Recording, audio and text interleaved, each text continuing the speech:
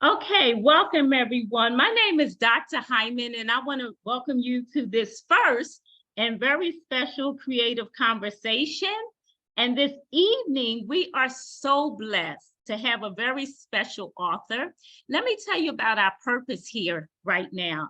Our purpose in creative conversation is to share creative genius with the world. We would like to share creative genius with the world through books. And so we want to celebrate authors on this platform. Today, we are blessed to have a very special author who is also a speech pathologist. You will hear more about that in a minute. Her name is Oluwakemi Jacobs, and the book that we are going to talk about for the next 60 minutes is a very special book that she has written, Kola and the Dancing Bee. I have my book. Adenike, do you have your book? I do. And Medea, do you have your book? And so we want to celebrate books and celebrate the authors. Here, as I want to open with prayer, because of course that's the platform that I live in. And I think this is a blessing that we're here. Heavenly Father, I thank you for joining us here to talk about books and to celebrate authors. And Father, I thank you for this session in the name of Jesus Christ. Amen. We will be introduced to Miss Kimmy by Adenike Jacobs, who is our social worker for the evening. Adenike Jacobs. Thank you. And I want to say hello, everyone, and thank you guys for joining us today. Oluwakemi Jacobs was born in Philadelphia, Pennsylvania, to Medea and Coyote Jacob.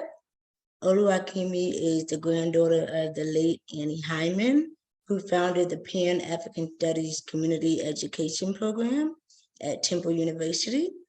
Oluwakemi Jacobs received her high school diploma from Pine Forest Academy. She then went on to get an undergraduate degree in psychology from Oakwood University. And then later on, she went on to complete a master's in art of speech language pathology, which she received from the University of Delaware. Oluwakemi Jacobs loved the arts. She loved to sing. She loved playing the piano, teaching children, and using her gifts to help other people. Oluwakemi Jacobs is uniquely creative. She's compassionate, empathetic, with a strong desire to help others, and she has an amazing ability to communicate with other people as well. Oluwakemi has practiced giving back in her skill, her inspiration, and her example.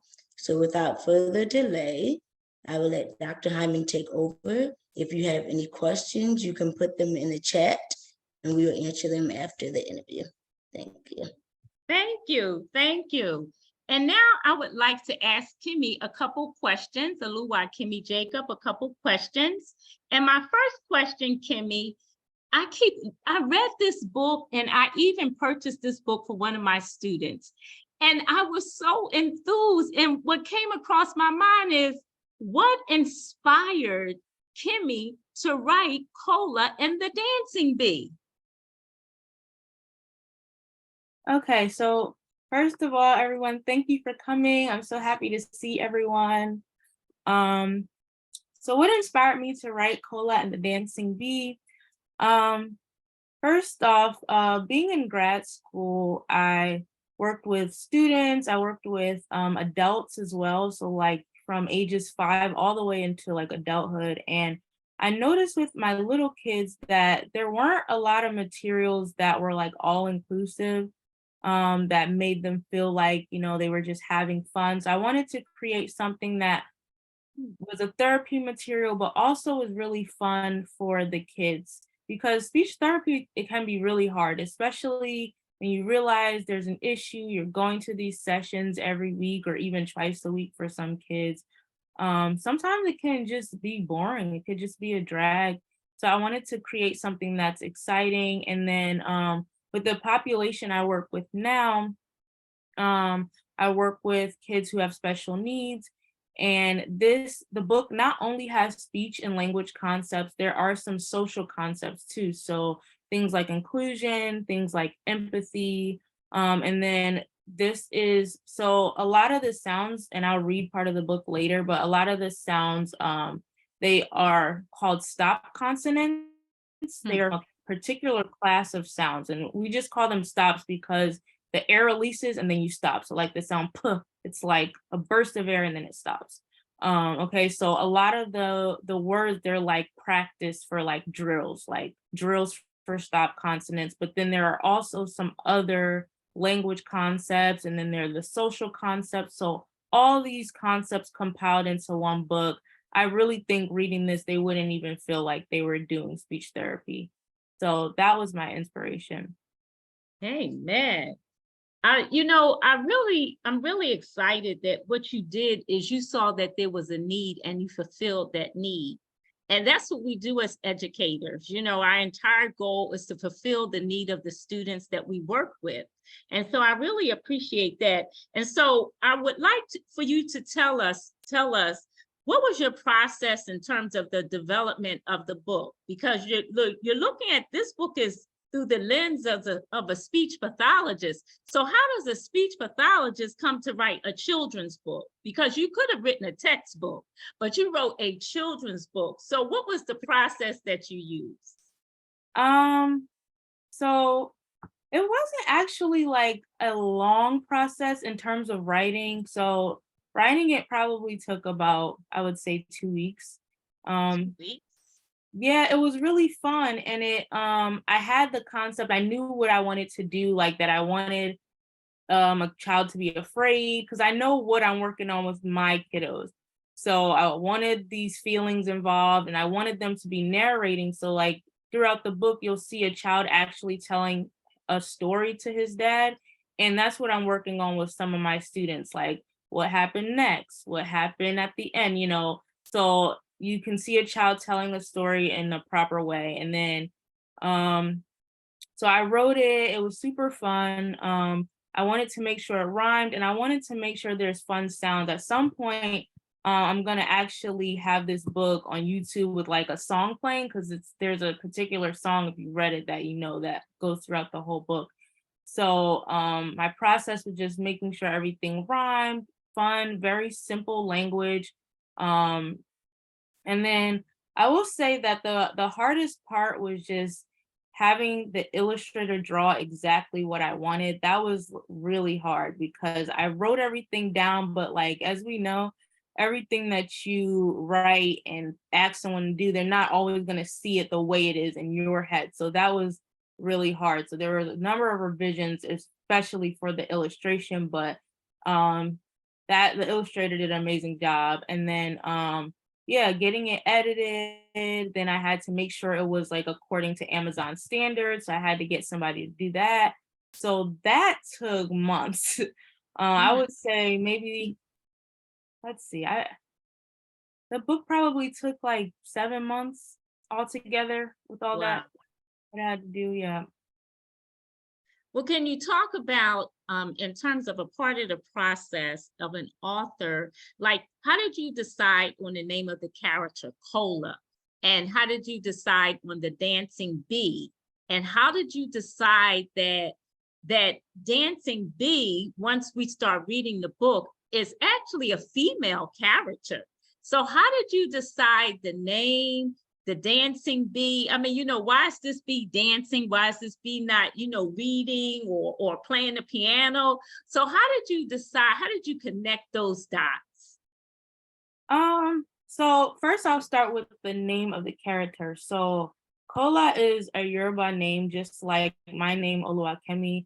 Kola means one who gathers wealth. And I wanted a brown boy on this cover. I wanted a brown boy and a father. And it's a really different dynamic. We don't always see that in books. We definitely don't always see just like a chocolate boy on a cover. So that was important to me. And just the name represents my culture. And then for the dancing bee, that was just supposed to be very fun. It's very peculiar. It's not something that you see. And it's like, what? It gives that effect like, huh? I've read it to some of my students, and they ask the same question, like, why is this bee dancing? We're scared of bees, like it's gonna sting you. But this is a bee in a tutu. So it's a friendly bee. And see, at the end of the story, like Kola realizes that the bee just wants a friend. So it's actually a friendly bee. And so I was trying to make it be a friendly character, like it's not like a scary thing, even though he's scared. The bee has on a tutu and it's dancing and it's smiling. The only time the bee is not smiling in the book is when the kids are like running and screaming away, because that's rejection. So at that point the bee is pretty sad. But at the end, Kola comes around, he's friends with the bee, and then we realize, oh, the bee just wants friends. He was trying to be accepted in his own way. So that's why I chose a bee. I wanted a bit of a shock effect. I wanted kids to be like, what? What's going on? And actually want to read. So that is, that's why I chose Kola and the bee. Okay. So at this point, I know that we're all wanting to just hear an excerpt from the book. I'm going to say, okay, we're not going to hear the entire book because, of course, we want to buy the book. And so, Kimmy, if you can share an excerpt from the book, and in case we have some educators on the line, can you share with us the parallel between that beautiful song that's in the book and how that relates to how you teach your students? Sure. Okay. So how much of the book do you want me to share? Is it like half? Am I stopping at the climax? Like, let's see. I would like for you to share, if you can begin from the beginning with just telling us about the speech and language, what the book deals with in terms of stop consonants. Because, for example, before I read this book, I didn't understand this concept of stop consonants, right? And I had to go and I had to look that up, which I really appreciated doing because I really should know that. So can you just tell us about that? And then if you can just share with us first, why do you have these social concepts in the book? Empathy, acceptance, and inclusion. And then if you can read just maybe 4 or 5 pages from the book. Okay, sounds good. So this is, I believe, page 2 of the book. Oh, wow. Yes, we won't be able to see it if you can just. Okay. Oh, yes, now we can see it when you held it back. Yes. Okay, so the first box is just saying speech and language. And so this is, I kind of want clinicians to see this and say, okay, what are we supposed to target here? So this book targets stop consonants. And I believe I explained before that when you say this sound, so there's 6 stop consonants. And when you say this sound, it's a burst of air and then it stops. So B, that's a burst of air, it stops. P, burst of air. D, so on and so forth. T, G, and K. Those are all called stop consonants. And sometimes kids struggle with that. Sometimes they want to continue to release air. And I'm not going to get into all the mechanics of everything, but these are particular sounds that kids may have an issue with. And I do plan on doing more books on the other classes of sounds. But this book is filled. So if you remember the consonants I just made, once you hear me reading the book, you'll see that it's filled with these particular sounds. Even the way I did the rhymes, it's filled with these particular sounds. And so there is another comment that says use this book to target pre-literacy skills. And so that gets more technical. I have words in there that are almost like non-words, but it can target certain sounds because the only way that you can know that a child can decode a word instead of like just read a sight word is if you give them a word that's like not really a word, but they actually have to put the letters together. If you give them a word that they're used to seeing, they're going to know what that is just based off of sight. But if you're asking them to actually tell you the sounds of the letters, you may want to give them some words that they're not really words. They're just kind of like you have to sound it out. So I have that the book targets pre-literacy skills, storytelling, we talked about that, minimal pairs, WH questions, and more. And I won't get into all the mechanics, but WH questions are just who, what, where, when, why. This is a book where you can ask all those questions. Where did it take place? At the school? Where was he telling his dad the story? At home? So very, very simple book. It seems simple, but you can really target all these things. And then for the social concepts, empathy, acceptance, and inclusivity, because that is something that every school needs right now. I'm not sure if it's because of social media, but I notice my kids, and maybe some people can speak to their kids around them or their nieces, nephews. People are having issues with empathy. People are having issues with accepting others and including others that don't necessarily fit into whatever their box is. So I want these kids to learn that from an early age through reading this book. So those are some of the concepts, and I am going to start reading the book. Okay, so this book again is called Kola and the Dancing Bee by Oluwakemi Jacobs, me. And so it reads, Kola is a young boy who loves attending school. At the end of each day, Kola looks forward to telling his dad all about his day at school. One day, Kola returned home exhausted from a long day of learning and playing. As soon as Kola made it through the door, he threw his book bag down and plopped down on the couch beside his dad. Good afternoon, Dad, Kola greeted. But before his dad could even respond, Kola had already started talking about his day at school. Dad, I had the craziest day at school today. What happened? Asked Kola's dad. Well, I went to school as happy as can be, and a dancing bee started chasing me. A dancing bee started chasing you, Kola's dad asked, looking amazed. Yes, a dancing bee started chasing me, Kola responded. Well, what did you do? Kola's dad asked. Well, I ran to the classroom as fast as I could and slammed the door so hard I broke the wood. My teacher shouted, Kola, look what you did. Can't you walk quietly like the other kids? Oh dear, said Kola's dad. Well, what happened next? Then I told the teacher about the dancing bee, and he said, don't worry, Kola, you're safe with me. But Dad, can you believe the dancing bee was still around? I could hear her buzzing and dancing about, saying, pitty, pitty, bap, giddy, giddy, key, pop, cuh, I'm the dancing bee. Pitty, pitty, pat, giddy, giddy, key, pop, cuh, I'm the dancing bee. I tried to focus in class, but I was so afraid. I didn't even want to go to the cafeteria for lunch. When lunchtime came, the teacher held my hand and walked me to my seat. I thought I was safe, so I began to eat.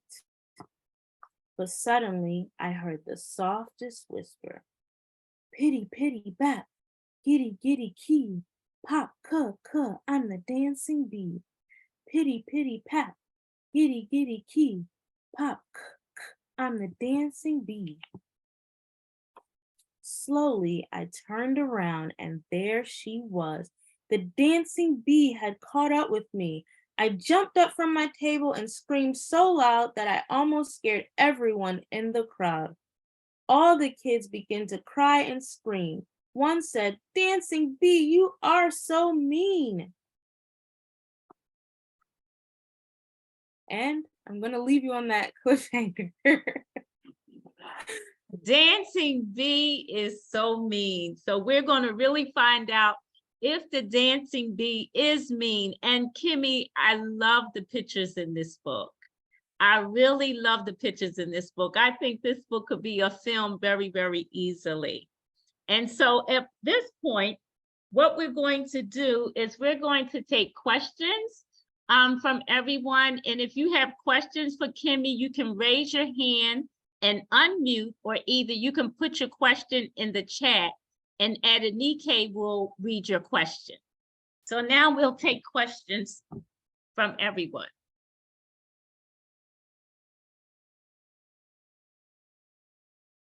Okay, do we have questions for Kimmy?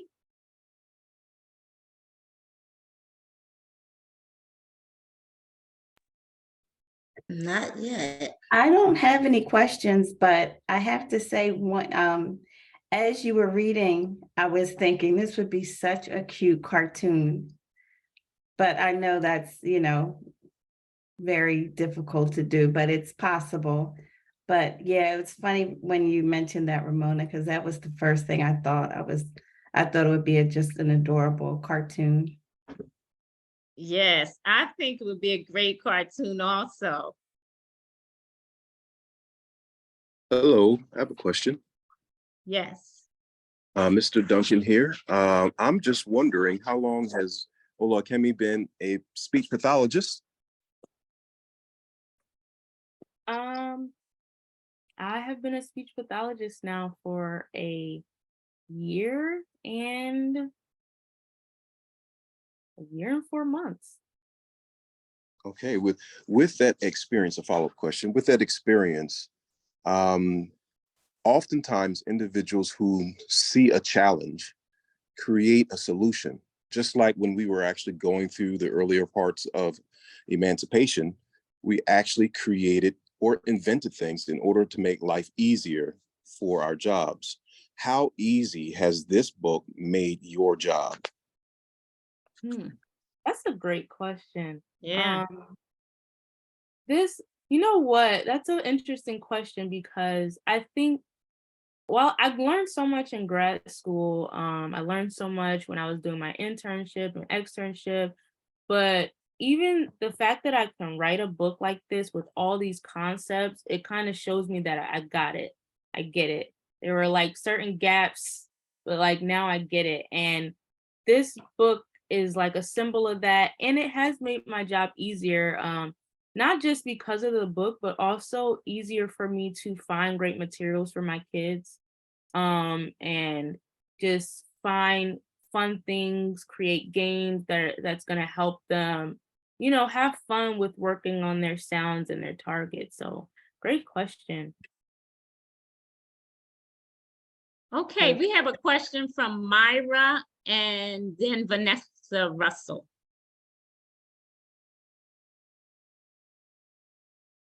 Hi, Kimmy. Very good book, and I like that first bit. That bop was bopping. I'm not gonna lie.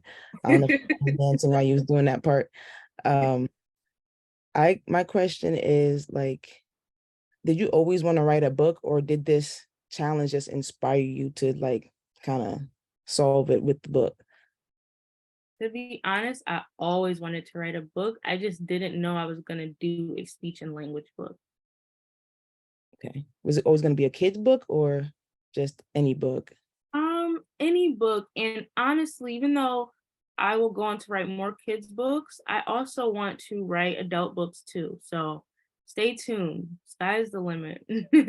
Amen. All right. Thank you. That was all my questions. Okay, we have another question from Vanessa. I think I saw Vanessa, and then I see an iPhone hand raised. Good evening, everyone. Good I evening. don't have a question, but I have to tell you, from the first opening of this book, the color captured my attention. The vibrant, beautiful colors.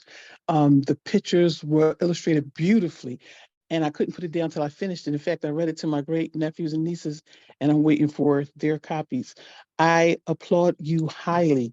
This is absolutely stunning. For a first book, I'm very, very impressed, and I'm looking forward to the remainder. I'm thinking about the children in my family who could utilize your skills, and I'm just grateful to God that He has blessed you and flourished you like a beautiful flower. Keep up the great work. Thank you. That's so sweet. Amen. Okay, iPhone. We have an iPhone whose hand is Yeah, I raised. think it's Jada. Jada, okay. Jada? Why was the bee following the boy?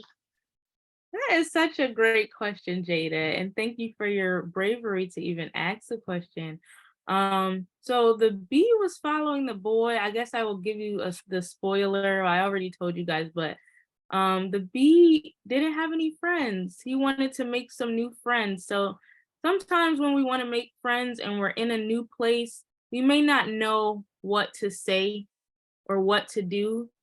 Maybe we just think hanging out by a person or trying to find an opportunity to say something to them will work. So that was what the B was doing. The B was trying to make a new friend. Just didn't know how. Okay, thank you. Thank you, Jada. Okay, we do have a question in the chat from Esmond. It says, will there be more books and will Kola be a series? That's a great question. I have not, people ask me that all the time. Is it gonna just be Kola? Is it gonna be Shola? People have asked me. I am not sure. Yeah, I've thought about doing different ethnicities and maybe even doing Kola with his own line of stories and then doing some other stories. So stay tuned. I don't know. You'll find out when I find out. Nice. Okay, we have another question from Tracy. Have you gotten a chance to share the book with the children you work with? And if so, how did they respond to it? That's a good question. So I showed it. So my kids, I think I mentioned that I work with kids who have special needs. So I showed it in a session. The first time I ever showed the book, it turned into an argument about whether or not that was me in the book. They did not think that that was me. I'm not sure why. My picture was there. They thought that I posted it and pasted it in there as a prank. But they did like the book. One of my kids did not like the book. He said it was scary. So yes, mixed reviews from my kids, but I will be sharing it more, especially when I get some music and when I get it on YouTube, because I do think that maybe for some kids it may be a little scary. And like when I'm in my office, I can get really into the books and I'm very animated. So I think it may have been a bit much for some of them. Okay, we have another question from Jacinda that says, was there any specific inspiration behind the story? Maybe the fact that I do not like bees. I think I think that helped me to put a bee there because I made it friendly. And yes, I am the type to run from a bee. So like all these kids are me, even at my big age. If a bee is around me, I will run as fast as I can. So, so yeah. Okay. The next question is from Noma. Considering the fact that African culture is involved, will the book be affordable for people in Africa, Nigeria, especially? So yeah, so on Amazon, so there's the paperback version, and then there is the Kindle version. The Kindle version is actually much cheaper. It's actually half the price of the paperback version. And then if you buy it on Kindle, because it's electronic, don't have to worry about any type of shipment. So the book is available everywhere in that way. And then I even thought about translating it. It just at the time it was just that was a bit much for me to put it into Yoruba and try to, advertise in both languages. So I stuck to one for now, but that may be coming. That's a very good idea, Kimmy, by the way. Yeah. Monique's hand is up. Hey, Kimmy. Hi. It's been exciting to watch your growth, your journey. And I've always kept up with where you are as far as, landing the job of your dreams. And it seemed like you have found it. I'm so proud of you, Kimmy, and your hard work. But what I wanted to say, I had to take speech therapy when I was in elementary school. So listening to you read, apart from the book, I thought about some of the exercises that I had to say or practice as a little girl. And to this day, I still say some words wrong because I had a problem with the letter S. And my and I'm not going to say the word because my girlfriend Stephanie always say, Monique, you're not saying it right. You got to say it with the other letters. And I didn't master that. But this is so exciting that you have a book that's I'm definitely going to support you and buy a few copies and share, but a book that your students can enjoy, read, and not really know that they are practicing the sounds. You made it fun. And like I said, I took speech therapy years and years and years ago, so I can't even remember what I did, but I wish, and I'm sure we didn't have this, we had something like this when I had to go home and do my exercises before I came back to my next session. So Kimmy, congrats. And I know you are going to do wonderful things. And we're waiting for the series, the movie, the YouTubes, all the great stuff. So keep up the good work. So proud of you. Thank you so much. We have another question from an iPhone. A hand is raised. Yeah, I just, Yes. oh, Is it two iPhones? 7, 8. Oh, it's two iPhones. Oh, he can go because my daughter went earlier. I just had a follow-up question. Okay. yeah, I just want to say that the book it's very unique because it also helps the kids with social interactions. And like most kids have a lot of fear of social interaction and communication. So in a social environment, you want the kids to embrace each other and to have proper interaction and to have proper language skills without fear. I'm sure that was one of your biggest considerations for writing the book, that it will allow the kids to be able to have that level of conversation with each other without fear. Yeah, definitely. And that's a good point.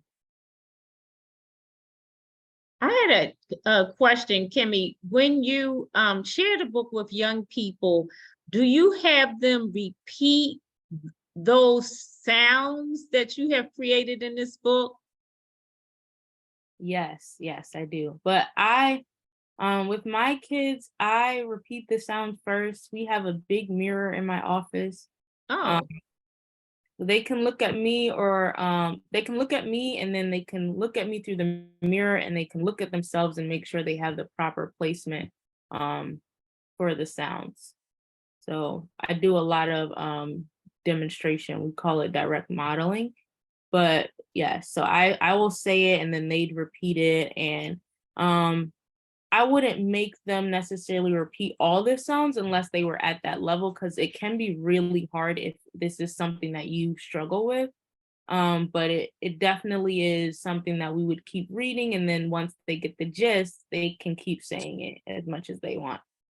I like that strategy. So is the use of the mirror part of the process always in your discipline? No, not always. It's a part of my practice and it's something I learned from my supervisors in grad school. Just because it's not just you following me, you now get to see yourself. It can be a great tool to really help them. It's like a form of intrinsic motivation in a way. Before you were just looking at me and trying, and now you can like see what you're doing and you can correct yourself. The goal is that you will start to self-correct. And then when you start to self-correct, then the goal is that you'll do it faster and faster until it's automatic, and then until you don't make the same mistakes. Nice. Interesting. Okay, we have another question, I believe, from another iPhone. Hi. Yeah, I think Kemi, you might have answered my question. This is Alina, by the way. I wanted to know, when reading the book, like, how soon should the child see progression? And I think you kind of answered it, like you said, till they get the gist. And then how frequently we as parents should be reading the book, or just, anyone reading the book to the child. How often? Question. So my answer is twofold for that question. If you are using it to target practice, it would be as many times as you want to read it. I would not force a child to read it if they were kind of like over it. But if they wanted to keep reading it, definitely, like, as many times as you want. But what I will say in the second part to my answer is that the book would not replace speech therapy. So just practicing in and of itself and rereading the book wouldn't be like a session. It would be just that, it would be practice. But then speech therapy, actually, if a child needs speech therapy, there is nothing that will replace the assessment process and then the treatment process, because every kid is different. Even when they have the same diagnoses, even those kids are different. So it really would take a clinician to assess and then determine their areas, because it could be something as simple as, well, this is not simple, but it could be surgical. Some kids, the way that their articulators grow in, and what by articulators I just mean their teeth, their tongue, their everything in their mouth, the way it grows is it actually restricts them from making certain sounds, and it makes certain sounds difficult. Like if you have an enlarged tongue, or if you have teeth, like an overbite, there are sounds that you physically can't make, versus it being an issue that your brain is not telling your muscle to move, right? Those would be completely different things. So it definitely would be speech therapy, get the full workup.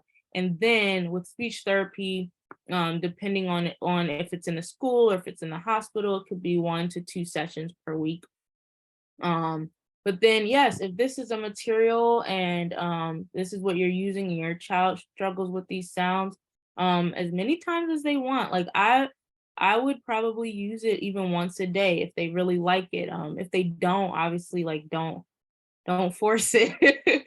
You don't want, well, this is my rule of thumb, because sometimes when I'm working, there are some things that my kid literally just doesn't want to do. And I don't want them to hate speech, right? I don't, because they need it so much. I don't want them to develop any type of aversion whatsoever. So that is not a time where I do a power struggle thing, or I try to teach them a lesson, or you're going to do this. I don't do any of that. We can work on our sounds through a whole nother activity, even if I plan something else. So as many times as your kid wants. Thank you. That was very helpful. Kimmy, I have a question. Thank you. That's for this question. In doing your work, if you have a young person that also has a hearing loss, would you approach this in terms of the learning of these sounds in the same way, or what would you do differently? So it would be completely different, because at that point I would be working in combination with an audiologist. And if a kid has a hearing loss, they could have multiple different components to why they're not pronouncing those sounds correctly. And it could be that through speech therapy, some kids in my school, when they get their hearing aids, or when they get their cochlear implant and they come back in, they're able to say these sounds within like a month or 2 months sometimes. And it's not so much the speech therapy. Sometimes it's just there's auditory feedback. So like us, we don't pay attention to it, but when you can hear yourself say things, your brain can correct it, right? And certain kids with hearing loss, they don't have that auditory feedback, so they're not even able to correct themselves. So sometimes that even works itself out without really much effort from me. But that would be me working in combination with an audiologist. But yes, every child is different, and that definitely would be treated differently. And how much time do you spend with each child? It depends. It depends on, some kids are 30 minutes, some kids are 60 minutes a week, some kids are 60 minutes in one session, some kids are 60 minutes broken up into 2 sessions. It gets really it just depends on the kid and their what we think they need. Okay, thank you. You're welcome. We have another question in the chat. What are the primary diagnoses of the children you are working with? That's a great question. So my school has 2 different sides to it. I work on the side where I would say about 80% of the kids, their primary diagnosis is autism, and then some is just intellectual disability, some is other health impairments, and we don't quite know exactly what's going on. But then their secondary diagnosis can be any, like speech and language impairment. It can be a number of other things. But even those kids, they are so different from kid to kid. Everybody has different language skills. Some people have central auditory processing. Some people will have some people have fluency, that's stuttering, for many different reasons. Emotional disturbance that even affects their processing speed. A lot of different things. So if a child, if I can just follow up, if a child is on, this is amazing. If a child is on a spectrum, what would be the speech challenges they would have? It could be, so a child being on the spectrum does not necessarily mean that they will have speech challenges. But a child who's on the spectrum who, like, typically with autism, the main speech challenge that you would see is just the pragmatics, the social skills. That's something that we know is like an indicator and a symptom of autism. We know that the social skills will be impaired, but they won't necessarily have issues with articulation or processing language. So it's not really a given. But most of my kids, I will say, one of the language issues that they have is being able to make inferences, especially the little kids, making inferences, and those who, what, where, when, why questions can be really tricky for them. With the inferences, it's just, they can be very literal. And so they are not used to using context clues socially. And then when it comes to a story, it can be really hard. Like, well, they didn't say that. Well, it's implied, but then, like, how do you know it's implied? And then you really have to almost manually teach them all the social cues and things that will let you know that a certain thing is implied, right? So, like, if it's cold outside, if the story says it's cold, well, we know that the character should probably get a jacket, right? Some kids are not able to put that together. They'll say that it didn't say that. That doesn't really make sense. They don't have to get a jacket, right? So these are things that may be common sense to some people that they may not really know just right away. But yeah, so it's not a given though that they will have any language deficits. Okay. Thank you. Do we have other questions, Nikkei, in the chat? No, that was the last one. I have a question though. Can you describe a situation where you had to adapt your method to suit an individual or student needs? Yes, I do it every day. Just about every day. I have kids. There are kids, I think my I don't know if my occupational therapist is still here, but she was here at one point. I can't see everyone.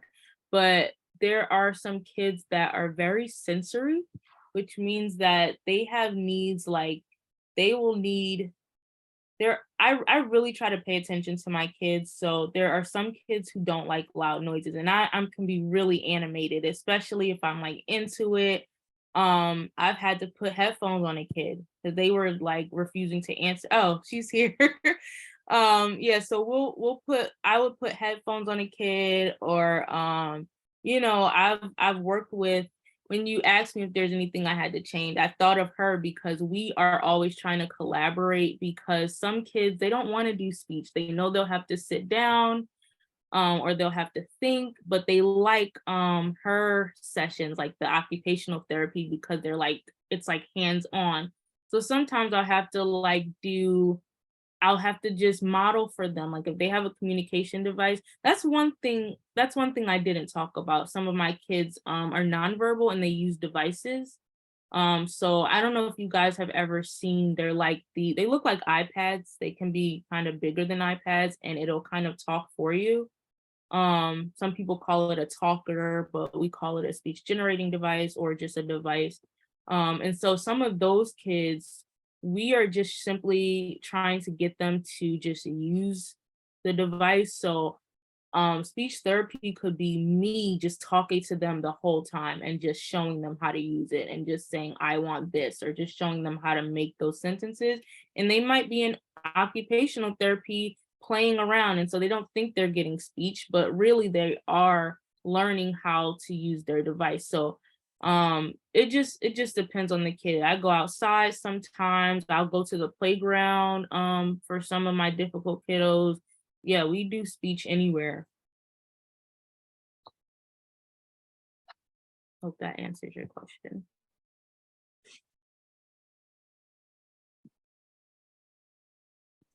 Can I ask another question? Of course. Can you share a memorable success story? Yes. Well, success for me or the kid, or For both. okay. I had a recent one. This is probably not, it doesn't sound like a big deal, but we have some kids who have really, really severe behaviors. And so that sometimes we come to decisions, like my school, we will have a speech plan, a physical therapy plan, we have an occupational therapist, and then we'll even have like behavioral professionals who write them behavior plans. And so some kids, literally, we are not focused on academics. Some kids, we are literally focused on them just getting into a routine. If they can even come and sit in the building and not, because it sounds funny, but some of them haven't even been into school because of their severe behaviors. So then when they come, it's like just endurance. We need them to stay. We need them not to throw a fit that they're here. And so I have a couple kids like that, not very many, but there's one particular kid who I got him to use his device a few times last week. It was last week or the week before, but like he was completely disinterested. He did not care. He was used to getting things by grabbing them, and then getting frustrated, maybe crying, maybe throwing things, and just through repetition, modeling for him. Like when I'm sitting there modeling and they don't think that they're in speech, they're seeing me. And so they know that this is what I can do to get what I want. They may not do it at the moment, but he actually asked me for a drink of water. So that means he selected like 3 buttons, which I was only expecting 1. Like if he literally said want, I would have given him the water or the bubbles or whatever, but he selected 3 buttons. And then that entire week he kept using the device. And it was not even just him using the device, it was him being excited. Like he was visibly excited that like, oh, this is meeting my needs. Like, oh, I pressed 1 and she's giving me more bubbles again and again and again. So it was seeing him make connection that, and this is like we want him to use, this is a communication, like throwing things is not. So we want them to replace that with the maladaptive behaviors. So that's why it was such a success for me, him even using the device. But Kimmy, I have a final, I don't know if this is a final question, but I have this question. Of course, this other hat of my head is coming on. And this is just a simple question. Why would we need to buy this book? That's a great. Why do we need to buy this book? Why do I need to tell everyone that I see, hey, you need to get this book? I think this is my genuine answer. So for years, right, even in my field right now, I am one of few African American speech language pathologists. And so for even my community, it seems like speech pathology we are like just gaining awareness on a wide scale, and that's even a stretch. I think a lot of people don't know about it, don't know what to do with their kids, and it's been that way for a long time. And so now we're gaining more awareness, and now people are starting to understand what we do and how we can help their kids. And even some people are remembering, oh, I had speech therapy, I just didn't know what it was called. Great.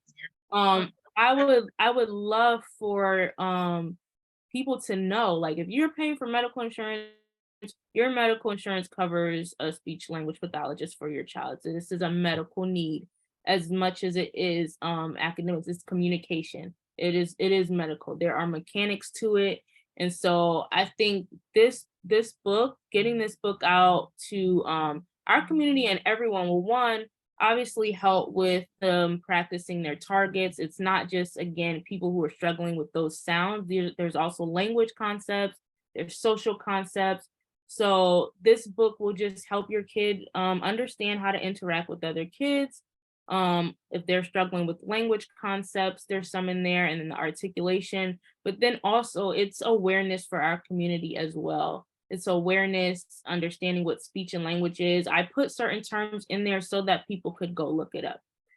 So it's definitely awareness. It's a good resource, it's a good tool, and it definitely spreads the knowledge. Thank you. And then I have a question concerning if we wanted to contact you about the book, if we wanted to contact you to speak with us about your particular field, because this is very interesting. I didn't even know in terms of the insurance covering it. And I'm one who likes to study what we can get from our insurance. So that is really, that is really good to know.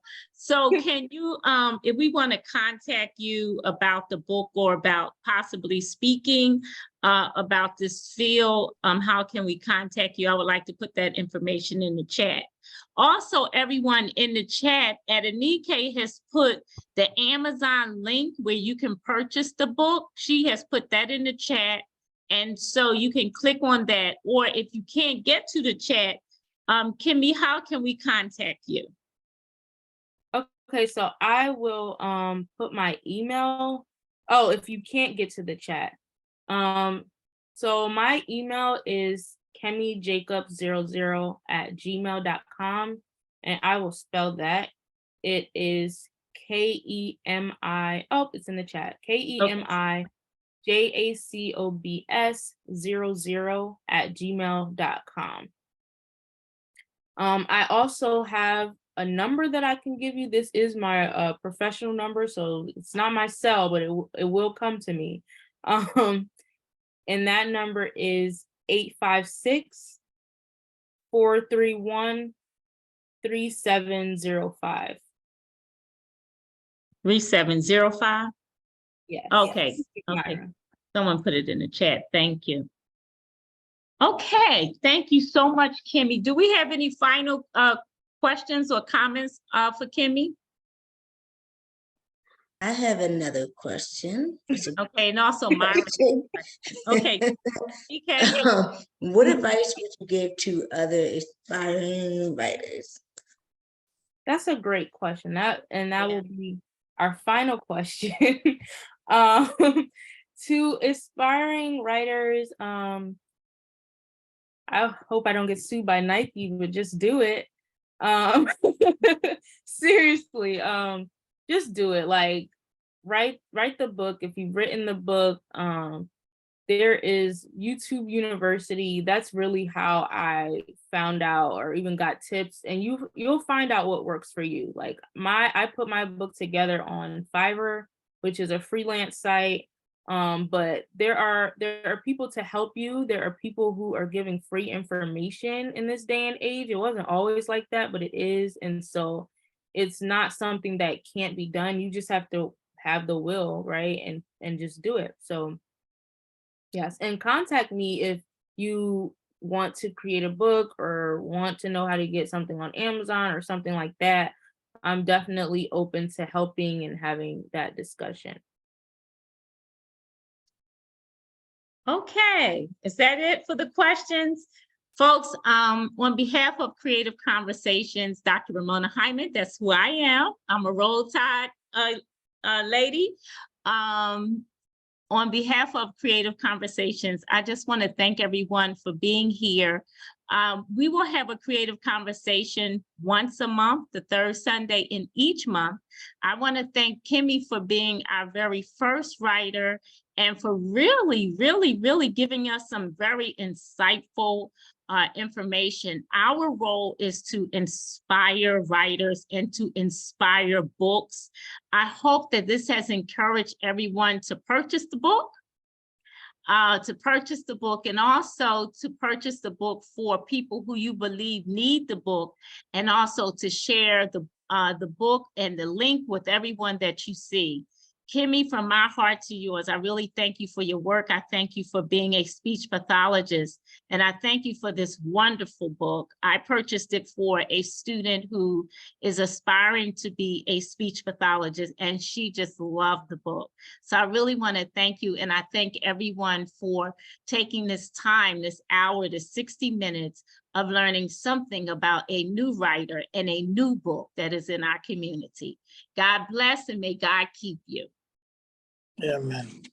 Thanks, everyone. Thank you. Amen. Thank you. Thank you. Thank you. Thank you. Later. Buy the book on Amazon. Love you guys. Love you, babe. And I'm going to ask Nika and Kimmy and Medea if you would just stay on just for some afterthoughts. Thank Okay. you all.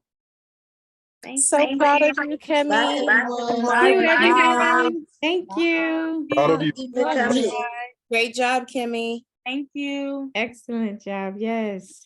Good job. Well done. Thank you, Sister Anya. Good Thank morning. Thank you. Congratulations, Kimmy, and thank you. Thank you, Jamila. Night, everyone. Good Good night. night.